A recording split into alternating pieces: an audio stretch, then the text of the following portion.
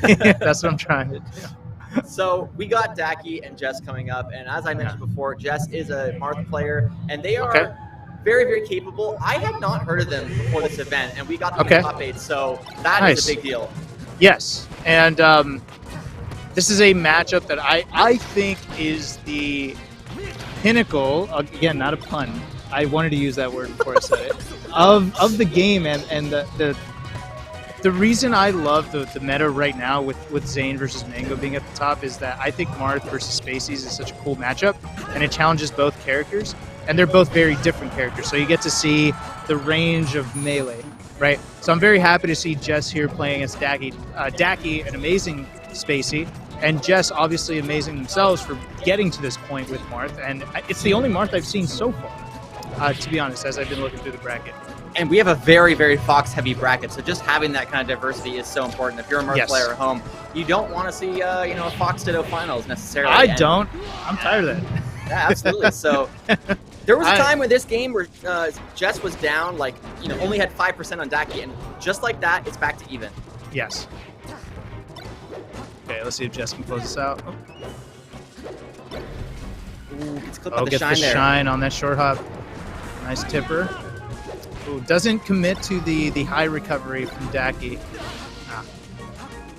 And one thing that we talked about with Elliot so often is kind of this nerves. And for someone like Jess, who we both aren't super familiar with, I feel like they also must be nervous. Not having that much experience in a top 8 situation. Yeah. Kind of getting this far, it's just such a factor. That's going to be another wow. Good conversion. Yeah, I don't know. I'm seeing a lot of confidence from Jess going into this game. Because Dacky, I'm sure, is very well versed in this matchup. I think as you have to be as a Fox player.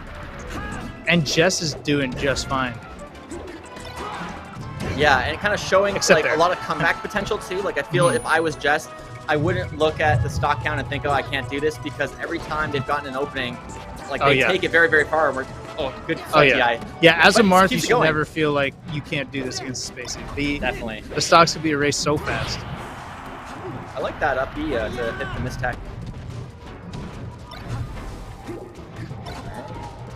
Good wave land on the stage, and nice pivot forward smash.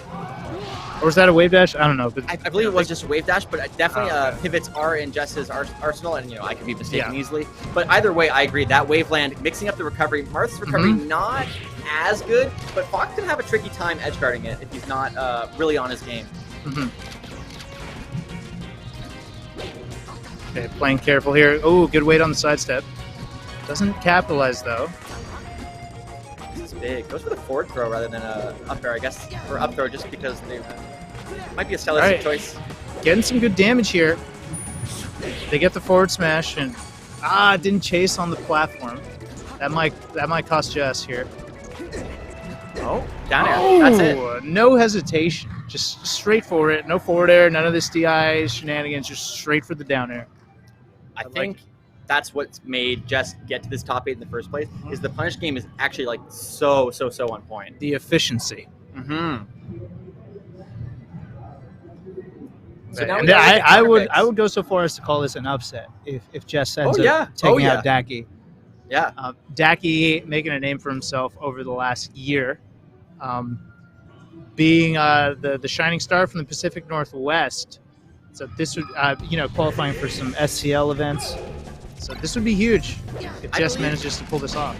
I believe Dacky has a Hungry Box win. I've said this on stream once already. Who doesn't?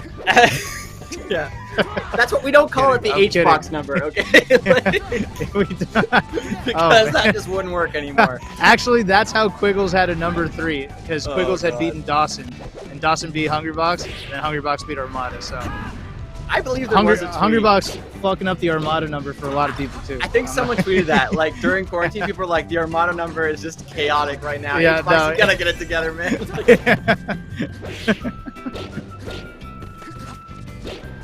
Ooh, beautiful waveland fair. Super clean. But that tech also was so impressive. And the weight on the get-up attack, everything about that sequence was so clean. Nice, and a lot of people would go for a down tilt there on that side B, but Jess, knowing the timing, knowing the position of Dacky, just went for the KO option there. Yeah, That's the kind of stuff that like really shows how experienced they are in this matchup. And yeah, like you Yeah, said, this is what everyone I'm knows saying. the Like playlist. these options that Jess is choosing are not the options of someone who's concerned about the big stage. It Yeah. feels to me like Jess is just playing extremely confident and choosing options that are risky, but they feel very natural to them. Yeah, no, I think it would shock me if Jess hasn't practiced, 20xx, Uncle Punch stuff like really consistently. The way they're making use of pivots, the way that they're kind of approaching the punish game just generally, this is someone who has labbed and put in the effort to get good at their character. Oh yeah.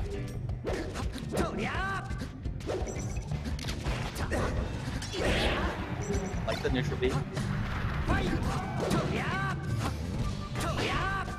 Man, that ledge dash is pretty good. 15 frames a gallon or 13 frames? I cannot remember, but too many. Okay, but Dacky with a strong lead here in the driver's seat. Get the eye But, now.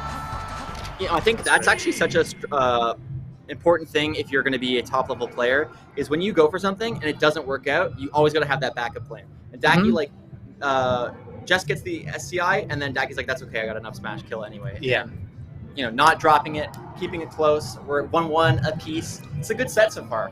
Yeah, that's solid option coverage there. Of course, FD makes a lot of sense. All right, we're gonna find out right now if Jess is an FD Marth. Not every Marth is built the same, but looking at this chain grab, possibly.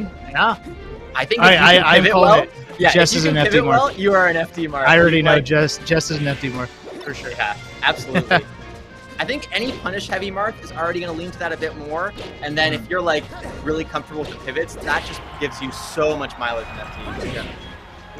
Yeah, that this has been clean so far, and that timing. Jess has got some really good timing. I'm noticing that. That's one of the things that's kind of fun about watching tournaments like this is you get to see kind of people on their own kind of come up. And I can't say for certain whether Jess will still be kind of making a name for themselves a year from now, but like the potential is obviously there. Look at how polished this punish game is. Ooh, I like that. I like the call out on the jump from the Fox. It's actually it's a thing I've seen Zane do a lot too, to be honest, where Zane will run forward and just throw the forward smash in, basically just challenging the Fox to stay on the ground because most aren't willing to. And when they jump and they get caught by that forward smash, Zane gets a huge punish off of it. And I see Jess doing it there too. That really is one of the benefits of having one of our best players in the world be a Marth player, is that if you are a Marth player yourselves, you just have so much to learn from and work from. Yeah, the blueprint, absolutely. Yeah. Really like the neutral game and kind of the spacing decisions from Jess. There's the pivot forward smash. Looking clean. 3 stocks to 1. Wow. Oh yeah, Jess is the most FD Marth I've ever seen. Super FD Marth. Literally goes from, let's see if Jess is an FD Marth. I changed my mind in seconds as soon as I saw what they were doing there. Yeah, that's pretty crazy. But, Dacky's trying to make a comeback. Already gets off to a good start with the Shine Spike. And gets see if Dacky can pull a mango and get the win on FD here against a solid FD Marth. That means Mango made a bit of the blueprint himself, and Dacky certainly taking notes from him. Yeah. This is going to be big. Good tech away, making sure that, that's the one option that Marth there. That movement was so slick. Just the moving away and then shield stopping to turn back around and grab. Really slick. You mentioned before about how these two characters have such different styles, but what both of them have in common is the ability to move so cleanly and it's actually so sick when you see someone just really controlling the character perfectly. Yeah. Keep him in the corner. It's barely missed. Oh, very dangerous. Okay, grabs the ledge. Okay. Just gonna have to be careful here. No need to overextend. Just in the driver's seat right now.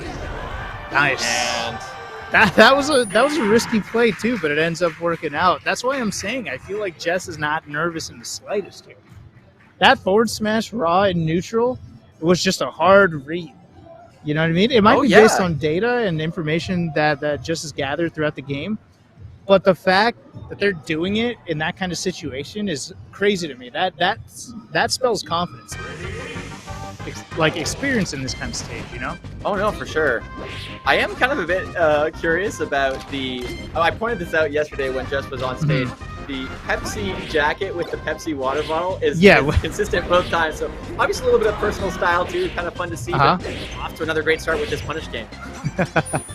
I was worried you were going to say that Jess is representing Pepis Esports. I was thinking, like, is it a Pepis or is it a Pepsi? I don't know. We can only see Pep. It looks like actual Pepsi, but I'm not sure. Well, definitely, Pepis Esports is not making any drinks right now. So yeah, both very comparable brands, so it's hard to tell. There you go. In terms of success and notoriety. Yeah, all right. Well, looking back at the match, that is going to be an easy F smash kill off the top. Jess already, setting up the upset, like you said. This is an upset. That was so good. Oh, no. Oh, okay. Got the wrong direction. Radar, you're not going to tell me that Jess isn't feeling themselves. They're choosing options that are just so. These are friendly options. They're it's just comfort. That's what these are. These are comfort picks. I totally feel you on that. And one of the things that I always think about whenever you're on like a big stage like this is you want to be like playing for your career a little bit too. You know, you want to get like flashy, you want to make some fans, and if you have an opening, if you feel comfortable, if you're feeling yourself, like you said, go for the Randy forward smashes. Go for the kind of stylish offstage edge guards. Like, but cool. I bet you a lot of these are based on data that Jess is gathering throughout the game, right? These forward smashes have been hitting consistently, and that to me spells out that they aren't guesses. They're not raw forward smashes. They're based on information that Jess has been gathering throughout the game. Oh, I can tell you right now. Like this is where Dacky likes to jump, etc. You know. Yeah, if I was doing these forward smashes, they would not be hitting. Like definitely, it's a certain kind of timing that Jess is capitalizing on. But Dacky turning it around. This is still anybody's game.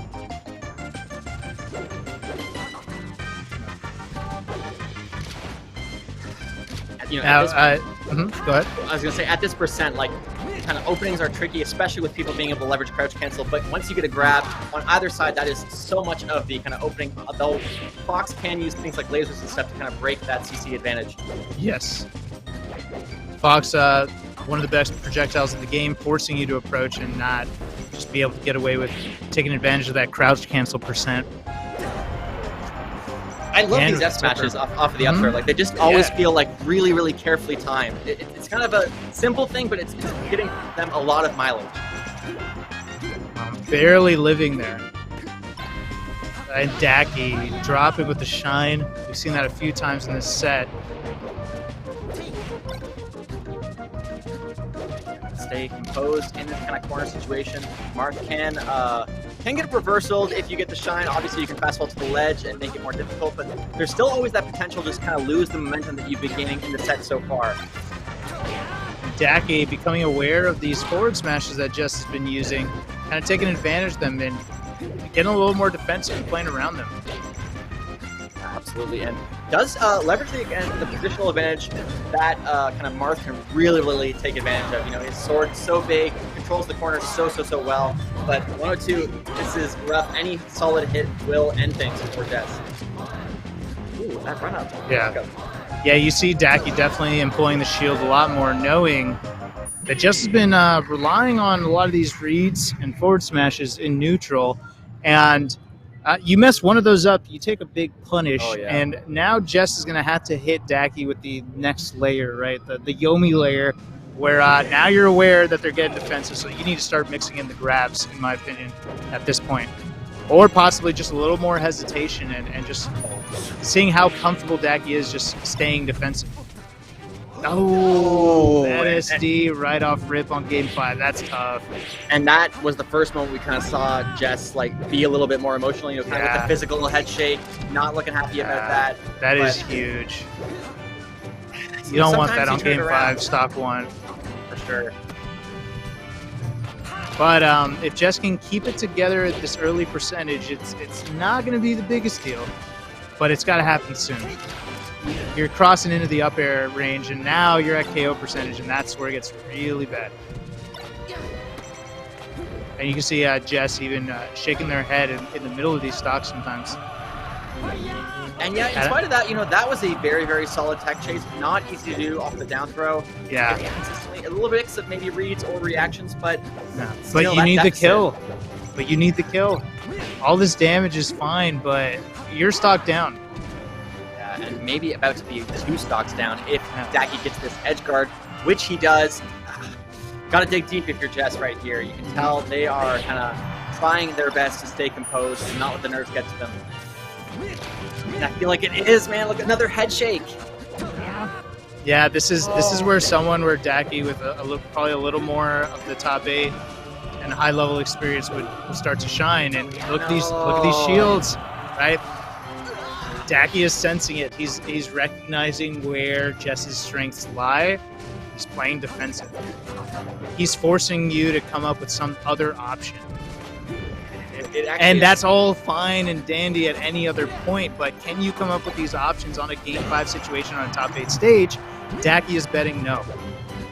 Yeah, no, I feel like we've seen these head shakes from U2 King time and time again, and they just have the same energy. There's like something just painful about it, like just clearly a capable player, clearly, so intelligent with their punish choices, but when everything's on the line, are they able to deliver? It doesn't look like it.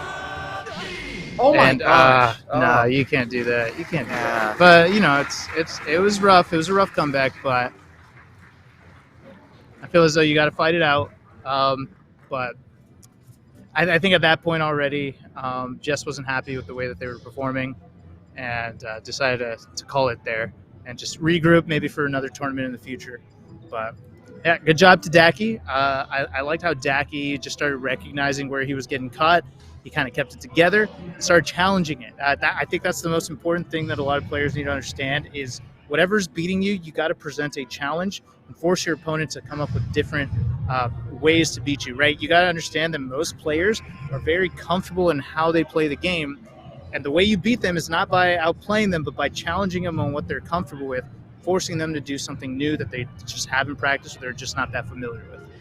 Yeah, and in the worst cases, like if you start presenting stuff that they're not as comfortable with, they might just not have an answer,